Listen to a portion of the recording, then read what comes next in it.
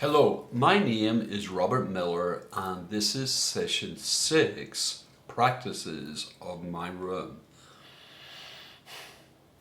I need you to stop. The conflict is real. You're going to want to be comfortable. And here's how you start with comfort, is you're going to think about what I asked you to do instead of feel. And it's in there when you do reflection, tension check, integration. And you reach for that breath of attention, you're going to step away from your gut, from your body, and you're going to go into your head. And you think you're going to think about reading the room, and it's going to collapse, and it's not going to work. And then you're going to blame me in this program for it not working. Self-guided. I can't catch you in the room the way I can the guided formation. So you got to fight for this. You got to be able to fight for this. And you've got to be uncomfortable because you've got to notice when you start thinking instead of feeling. I do not read nonverbal communication with my eyes in my head by thinking about what you're saying nonverbally. I can't do that.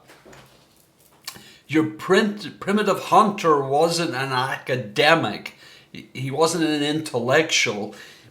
It's primitive, it's physical, it's embodied. He notices things that are incredibly subtle and then interrogates them because they're dynamic, and he hasn't got a lot of time to sit there and parse the possibilities that you could think about for all day. Your mind thinks it's got forever to figure out stuff. Your body knows that time is dynamic and it's moving fast, and you've got to move really, really fast to catch that ball. You can't think about the ball coming and go, I wonder if I do this or this.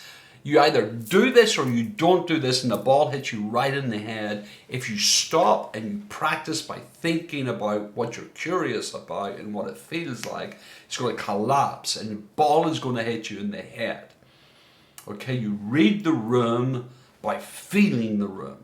You read all the critical information because you feel it. It's tactile, it is a taste, it is a sensation, it has a smell.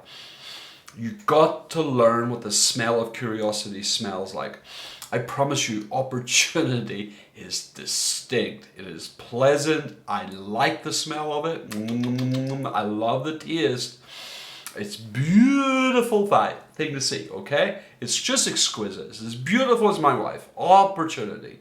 So when I see a question, it draws my eye to it. It's like, woo, look how pretty that is. Okay? That's what I want you to practice.